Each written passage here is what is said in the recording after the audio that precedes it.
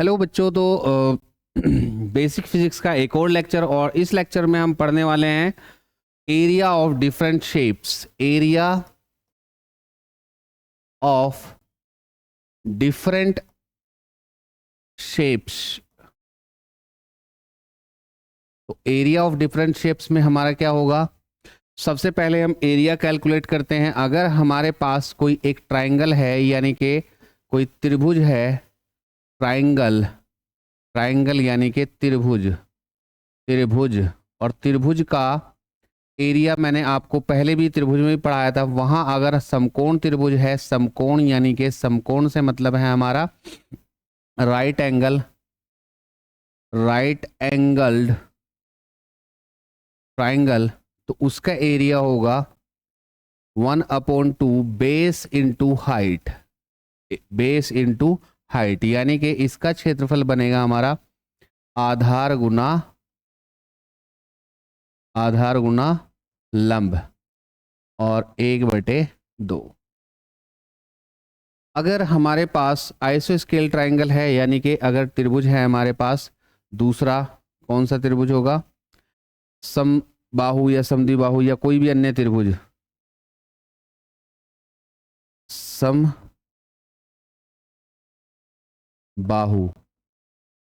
समबाहु त्रिभुज है, यानी कि समबाहु त्रिभुज मतलब इक्विलेटरल ट्राइंगल, इक्विलेटरल ट्राइंगल। और ये कितना होगा? इसका एरिया होगा √3/4 भुजा की घात 2, यानी कि एरिया √3/4 साइड स्क्वायर, ये इसका एरिया होगा। या बेसिकली जो हमारा ट्राइंगल का फॉर्मूला होता है, एरिया ऑफ ट्राइंगल, और कोई भी ट्राइंगल हो उसका एरिया अगर हम निकालते हैं तो उसका एरिया कितना होगा? Area of triangle will be equal to half base into height, और हाइट बेस इंटू हाइट, तो ये होगी base into height, base into height. ये बेसिक फॉर्मूला है। इसके अलावा आगे हम बढ़ते हैं तो नंबर 2 पर आता है हमारा रेक्टेंगल, रेक्टेंगल यानी कि आयत, और इसका क्षेत्रफल बड़ा आसान सा है। इसके बारे में हम पढ़ लेते हैं थोड़ा सा कि आयत होगा क्या। 4 भुजाएं होंगी, एक दूसरे के लंब होगी, और इसी के बारे में हम यहाँ देखते हैं कि इसकी आमने सामने की जो साइड्स होंगी that will be equal. A B property इसकी देख लीजिएगा, सी और डी, यानी कि A D will be equal to B C and A B is equal to D C. ये साइड इस साइड के इक्वल होगी, ये साइड इस साइड के इक्वल होगी, and angle A, angle B, angle C, angle D all are equal to 90 degree. फिर इसके दो डायगोनल होंगे, ये diagonal A C is equal to B D, और ये क्या करेंगे? बिल्कुल यहाँ ऐसे इंटरसेक्ट करेंगे कि यहाँ ए ओ बी ओ सी ओ डी ओ सारे इक्वल हों, और यानी कि इस तरह से करेंगे कि ए ओ बी ओ सी ओ और डी ओ आपस में क्या होंगे? इक्वल। तो ये आपस में क्या होंगे? सभी इक्वल होंगे। और इक्वल होने के साथ साथ अब ये यहाँ पर क्या होगा हमारा? अब इसका जो एरिया बनेगा वो एरिया कितना होगा? एरिया होगा लंबाई यानी कि L into B, L into B, length into width या ब्रेड्थ, या क्षेत्रफल इसे लिखेंगे तो कितना होगा क्षेत्रफल? लंबाई गुना चौड़ाई, ये इसका एरिया होगा। इसके बाद आगे बढ़ते हैं तो आगे अगर हम बढ़ें, आता है हमारा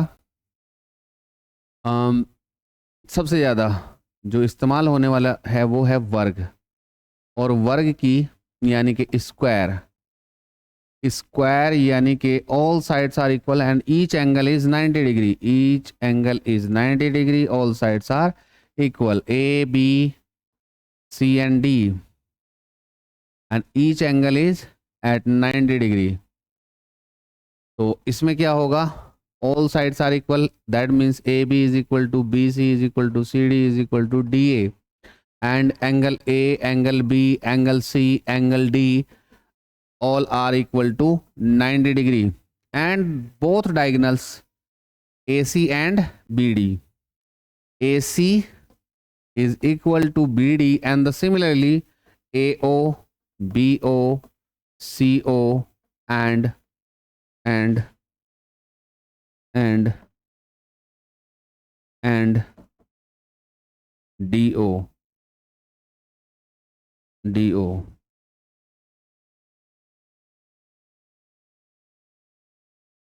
DO ये सारे इक्वल होंगे। और अगर इसकी साइड A है तो यहां से AC और BD ये किसके बराबर होंगे, साइड √2 यानी कि भुजा गुना √2 के बराबर। ठीक है, AO BO CO DO ये किसके बराबर होंगे, ये होंगे यानी कि जो ये डायगोनल है, डायगोनल के आधे, और डायगोनल के आधा कितना होगा, भुजा बटे √2, या इसे लिख सकते हैं हम साइड अपॉन √2, साइड अपॉन √2, यानी कि ये डिस्टेंस जो होगी हमारी A अपॉन √2 होगी, ये भी हमारी A अपॉन √2 होगी, और जब ऐड होगी तो ये पूरी की पूरी हमारी कितनी होगी, AD AC या DB जो है वो साइड इंटू √2, साइड इंटू √2 के इक्वल होगी। और उसके अलावा ये जो एंगल है, एंगल क्या होंगे, बाइसेक्ट टू ईच अदर, दोनों एंगल्स क्या करेंगे, बाइसेक्ट टू ईच अदर। अच्छा, अब डिस्टेंस ऑफ साइड, क्योंकि ये भी बहुत ज़्यादा इस्तेमाल होगा, distance of any side from any side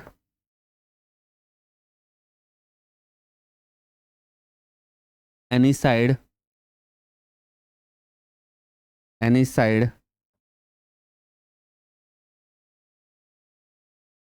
side from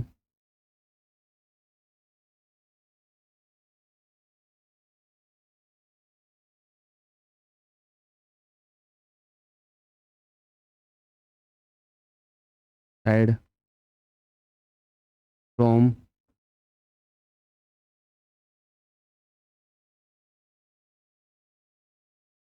from center। तो ये कितना होगा, यानी कि ये डिस्टेंस की हम बात कर रहे हैं तो ये होगी हमारी साइड अपॉन 2, यानी कि कोई भी एक पॉइंट है और उस पॉइंट की हमें डिस्टेंस कैलकुलेट करनी है, और वो डिस्टेंस कहाँ से कैलकुलेट करनी है, हमें वो डिस्टेंस कैलकुलेट करनी इसके सेंटर पॉइंट से किसी भी साइड की, चाहे ये डिस्टेंस हो, ये भी A/√2, वो A/2, ये भी A/2, क्योंकि यहाँ से यहाँ तक क्या बनेगा हमारा A/2। ये था हमारा वर्ग। वर्ग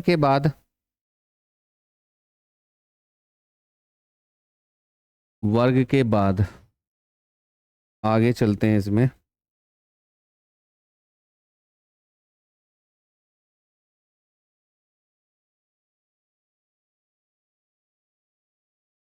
ट्रेपेजियम,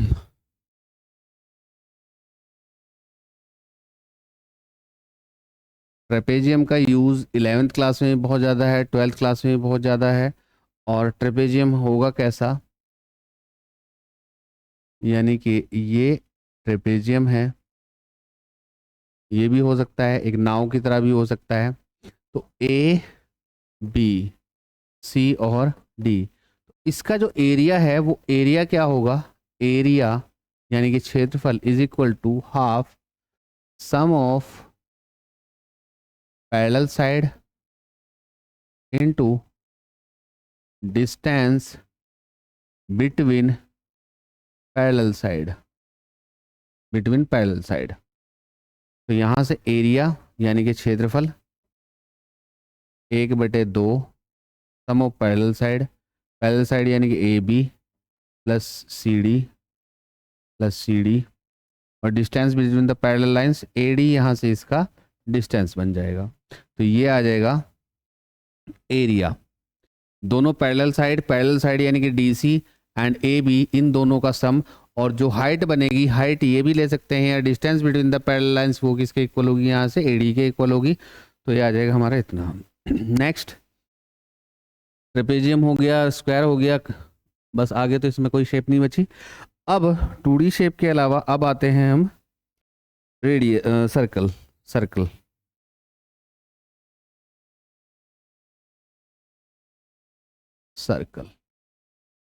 सर्कल यानी कि वृत्त। और वृत्त क्या होगा, अरे यार, ये वृत्त है और यहाँ इसका सेंटर होगा O, रेडियस इसकी होगी R। तो वृत्त में क्या क्या चीजें हो सकती हैं, वृत्त में हो सकती है एक तो इसकी परिधि, सरकमफेरेंस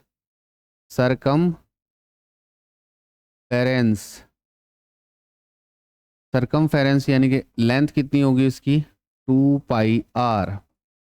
एरिया यानी कि क्षेत्रफल, एरिया कितना होगा इसका, πr²। अगर यहाँ से कोई हमारा सेगमेंट है, यानी कि कोई हमारा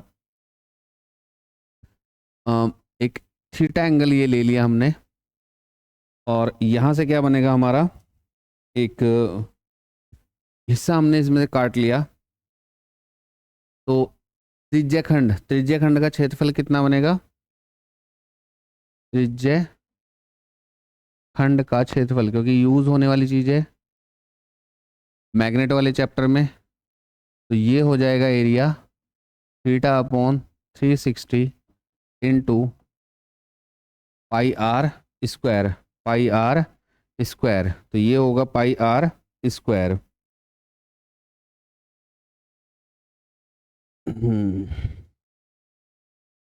त्रिज्यखंड के अलावा इसमें और क्या बन सकता है, यानी कि एक सेगमेंट हमारा बना, सेगमेंट यानी कि ये सेक्टर, सेगमेंट नहीं सेक्टर,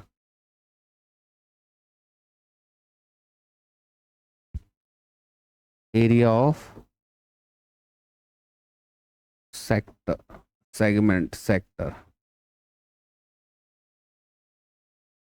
सेगमेंट, तो एरिया ऑफ सेगमेंट बनेगा।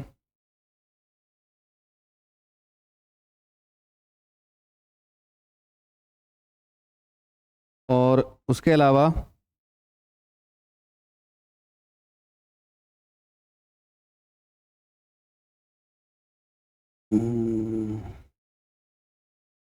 यहाँ पर जो एक और इसमें बन सकता है वृत्तखंड की खैर जरूरत कहीं पड़ती नहीं है, तो आगे बढ़ते हैं इसमें हम। वृत्तखंड के अलावा आगे हम बढ़ेंगे तो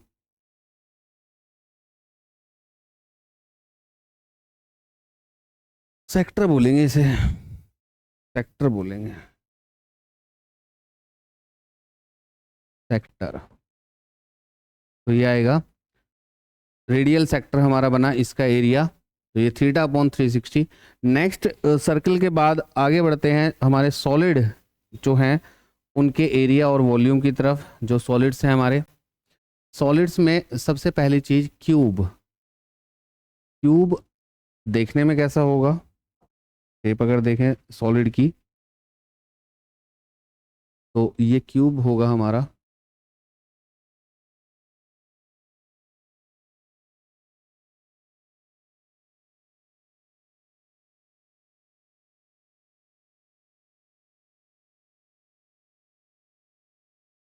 ये क्यूब है, और इस क्यूब की ईच साइड इक्वल,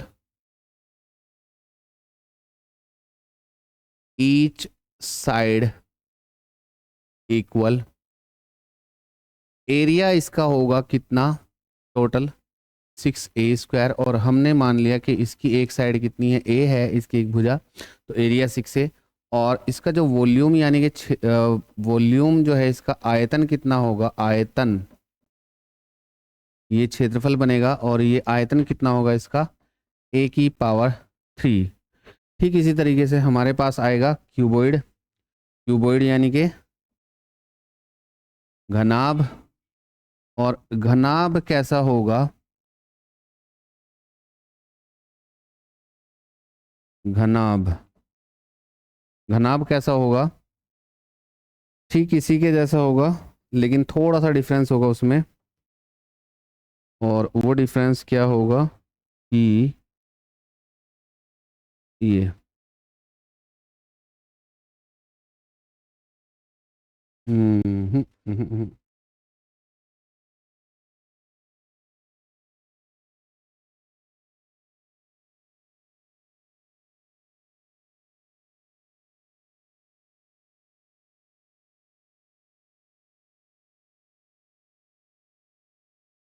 ये हमारा क्यूबॉइड होगा। इसमें जो लेंथ, ब्रेड्थ और सारी चीज़ें अलग अलग होंगी। इसका एरिया जो होगा, टोटल एरिया, वो होगा LBH और इंटू 2। वॉल्यूम इसका जो होगा वो कितना होगा, LB और H। ज़्यादा कुछ खास इसमें है नहीं। उसके बाद आगे बढ़ते हैं। तो आगे चल करके हमारे 2-3 वॉल्यूम और बचे हैं, और वॉल्यूम बचा है किसका, और area, area of cylinder, area of cylinder. यानी कि एक सिलेंडर हमने लिया, और सिलेंडर की शेप का होगा, सिलेंडर होगा ये सिलेंडर है, ये सिलेंडर होगा। और इस सिलेंडर की जो हाइट है वो लेंथ L मान लो या हाइट H मान लो, रेडियस इसकी कितनी मान लेंगे, रेडियस इसकी मान लेंगे कि R है। और इसका जो एरिया बनेगा, एक तो CSA कर्व सरफेस एरिया, वो होगा 2πRH।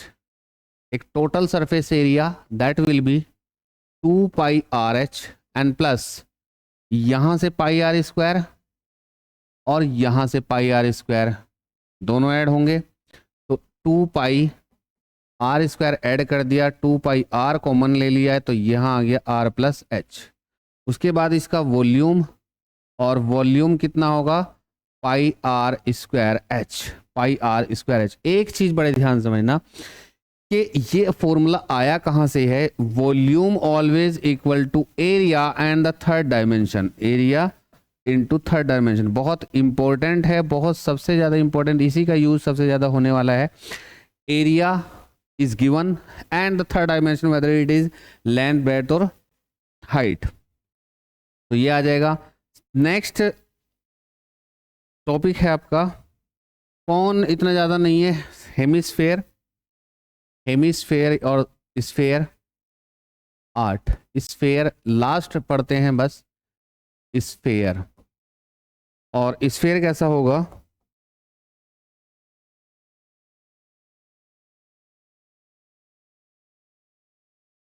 ये स्फेयर है, यहां से इसकी रेडियस है R, ये O, तो एरिया जो इसका कर्व सरफेस एरिया है CSA, कर्व सरफेस एरिया, वो कितना होगा 4πr²। R कैपिटल लिया है तो 4πr²। एंड वॉल्यूम कुछ ज़्यादा कुछ खास है नहीं, volume is equal to 4/3πr³। ये बहुत इंपॉर्टेंट है, क्योंकि जब हम कोई स्फेरिकल बॉडी लेंगे उसकी रेडियस R होगी, और उस पर हमें कैलकुलेट करना है चार्ज या कोई भी चीज़ ऐसी हमें कैलकुलेट करनी होगी। यानी कि यूनिफॉर्मली चार्ज हमें दे दिया, यूनिफॉर्मली चार्ज जब हमें देंगे तो यूनिफॉर्मली चार्ज देने के बाद अब इस पर टोटल चार्ज निकालना है, टोटल चार्ज निकालना है, तो एरिया क्या होगा इसका, यानी कि यहाँ पे चार्ज डेंसिटी हमें सिग्मा दे दी, और सिग्मा इज इक्वल टू किसके है, Q/A के, एंड A विल बी कितना, यहाँ से Q will be sigma into a and a कितना आया हमारा 4 पाई आर स्क्वायर। तो इस तरह से इसे कैलकुलेट करेंगे। तो आज ये बेसिक क्लास यहीं ख़त्म करते हैं और नेक्स्ट क्लास में फिर से मिलते हैं।